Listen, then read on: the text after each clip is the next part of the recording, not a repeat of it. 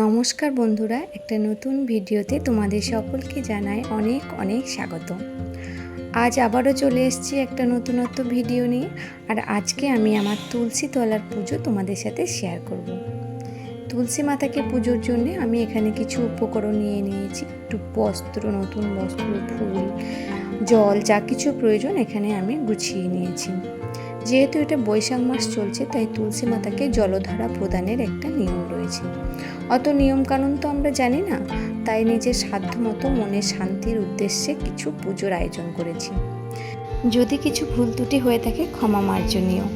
আমি এখানে একটি পাত্রে কিছু জল নিয়ে নিয়েছি এবং সেই জলের মধ্যে একটু ফুলের পাপড়ি দিয়ে সেই জলটি আমি তুলসী মাতাকে নিবেদন করছি।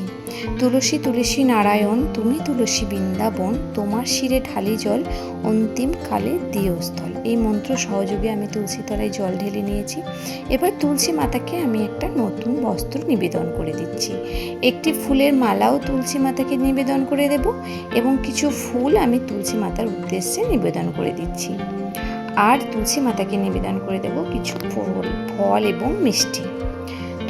বৈশাখ মাসে যেহেতু তুলসী মাতাকে মিষ্টি কিছু সহযোগে নিবেদন করতে হয়, তাই আমি সেটাই করেছি। এবার আমি তুলসী মাতার আরতি করে নেব। আমি একটা ঘিয়ের প্রদীপ জ্বালিয়ে নিয়েছি।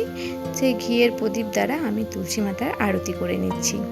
ধূপ দিয়েও তুলসী মাতার আরতি করে নিচ্ছি। এবার আমি তুলসী তুলসী মাধবীলতা, কও তুলসী কৃষ্ণ কথা, কৃষ্ণ কথা শুনলে কানে, দ্বাদশ প্রণাম তোমার চরণে। এই মন্ত্র সহযোগে আমি তুলসী মাতাকে প্রণাম করে নিচ্ছি। এখন আমার পুজো কমপ্লিট হয়ে গেছে।